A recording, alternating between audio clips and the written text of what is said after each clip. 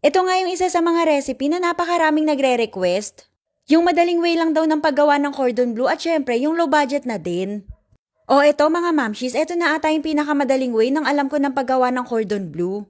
Ilang beses na rin kasi akong gumawa ng iba't ibang version nito at hindi maganda yung kinalabasan. At meron nga akong na-discover kung paano mas mapapadali yan. Chicken breast pa rin naman yung gagamitin natin pero this time giniling na. Nung nakaraan kasi na gumawa ako at hindi giniling yung gamit ko, nahirapan talaga ako sa pag-roll. Bale eto, naglagay lang ako ng 1/4 cup ng harina at half teaspoon naman ng asin. At konting paminta, depende na sa kakain yung dami. At yung chicken giniling naman na yan ay kalahating kilo lang. At alam nyo ba mga mamshis na dyan sa kalahating kilo ng manok na yan ay kayang-kaya na makagawa ng 9 pieces na medium size? O diba, mas tipid talaga at mas maraming magagawa kapag giniling na manok yung gamit. Nagparami rin kasi yung harina na nilagay natin dyan. Pero kahit may harina yan mga mamshis ay masarap pa rin naman yung kalalabasan yan. Bali yan lang yung mga pampalasa na nilagay ko, pwede rin naman kayo maglagay ng iba pang pampalasa kung anong gusto nyo. Tapos ito namang cheese, naghati lang ako, depende rin sa inyo kung gaano kalaki yung cheese na ilalagay nyo dyan. At eto namang ham, hahatiin ko lang yan sa gitna. Masyado kasing malaki kapag isang buo, medium size lang kasi na cordon bleu yung gagawin natin. Eto na lahat yung ingredients natin, ngayon naman ay magbabalot na tayo. Sa size nito mga mamshis ay depende sa inyo kung gaano kalaki yung gusto nyong magawa. Etong gagawin ko ay sinukat ko din, tag 1/4 cup kada isang cordon bleu. Tapos maglalagay ako ng kalahating ham at isang cheese na ganito kalaki. At ang gagamitin ko naman na pambalot ay yung cling wrap. Madali lang naman yung pagbalot mga mamshis, iro-roll lang natin yan hanggang sa magpang-abot yung dalawang dulo. Mas nadadalian talaga ako dito sa ganitong way kaysa dun sa chicken breast na hiniwa ng maninipis. Mas matrabaho kasi yon tapos kailangan pa siyang pitpitin kada isa para mag-flat. Mas okay talaga para sa akin itong giniling dahil mas madali siyang i-handle. Tapos eto namang dalawang dulo ay isisil ko lang.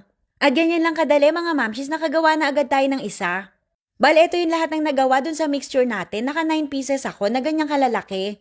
Pero mas lalaki pa to kapag na-coat na natin. Ilalagay ko lang muna yan sa freezer ng mga 20 minutes para lang mag-set. At eto na munang white sauce yung gagawin natin. Bali sa isang saucepan, naglagay lang ako ng isang kutsara ng butter, pwede rin naman margarine. At isang kutsara rin ng all-purpose flour at lulutuin lang natin to ng mga 1 minute kasama na rin yung cheese. Yung cheese naman ay kalahating pack ng mga regular size na nabibili. At maglalagay tayo ng isang cup ng milk. At hahayaan lang natin to na kumulo at mag-melt yung cheese over medium heat. Mapapansin nyo rin na habang naluluto yan ay unti-unti naman yan lumalapot. Huwag nyo lang hayaan na lumapot masyado yung consistency niyan mga mamshis dahil kapag lumamig pa yan, mas kakapal pa. Kapag napasobra naman sa lapot, madali lang din naman remedyohan, maglagay lang kayo ng onting milk. Nilagyan ko rin pala yan ng konting paminta. At kapag okay na yung ating cordon bleu ay pwede na tayo mag-coat niyan. Ito yung mga gagamitin ko dyan mga mamshis, kailangan natin ng itlog, harina at breadcrumbs. Bid lang muna natin tong itlog, hindi na rin ako maglalagay ng kahit anong pampalasa dyan. Ito kasing mismong mixture natin ay malasa na tapos nilagyan pa siya ng ham at saka cheese. Kaya okay na yung lasa niyan, ang kailangan na lang talaga dito ay yung coating para crunchy yung outside. Yan, unwrap lang natin tapos ilalagay naman natin siya dun sa harina. Ito yung first step sa pag-coat mga mamshis, ilalagay lang natin muna siya sa harina. Make sure lang din natin na malagyan lahat para kapit na kapit talaga yung coating. Tapos sunod naman ilulublob natin siya sa itlog. At yung pinakalas naman dito sa breadcrumbs. Pwede kayo mag-double coating dito mga mamshis kung gusto nyo na mas makapal yung crust. Bali after dyan sa breadcrumbs, ilulublob lang ulit siya sa itlog tapos dun sa breadcrumbs ulit. Press lang din natin siya para sigurado na kumapit yung breadcrumbs. At eto na siya mga mamshis kapag nalagyan na ng breadcrumbs. At eto na yung lahat ng nagawa natin. O diba, akalain nyo ba mga mamshis na kalahating kilo lang ng manok yan?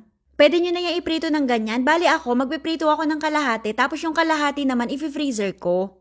Para anytime na mag-crave kami ng cordon bleu ay may naka-ready na. Bago nyo nga pala to iprito mga mamshis ay make sure na mainit na talaga yung mantika. At iluluto lang natin to sa medium heat hanggang sa mag-golden brown lahat ng sides. Tingnan nyo mga mamshis, mas maganda rin talaga yung pagkakarol kapag giniling yung ginamit. Mas pantay at pare-parehas rin sila ng size. Kaya okay na okay rin pambenta mga mamshis. At eto na yung mga naprito natin, hihiwain ko lang para makita nyo rin yung loob. Hindi rin dry yung loob niyan mga mamshis at napaka-crispy ng labas. I-plating na natin at syempre hindi ito makokompleto kapag walang sauce. Ito na yung white sauce na ginawa natin, ibubuhos ko lang yan at pwede na yung iserve. Kung ayaw nyo naman na ihalo yung sauce ay pwede rin naman na nakaseparate yan. At ayan mga mamshis, ganun lang kadalit, ito na agad yung ating finished product. At super bango rin mga mamshis, magugutom talaga kayo kung naaamoy nyo lang. At syempre, hindi pwedeng mawala ang tikiman time. Bagay na bagay talaga yung ginawa natin na white sauce dito mga mamchis. Sabi nga rin ng kapatid ko, masarap rin daw siya sa ketchup at mayonnaise. Parang kahit wala naman siyang sausawan mga mamchis ay okay na rin dahil yung pinaka mismong cordon bleu ay winner na.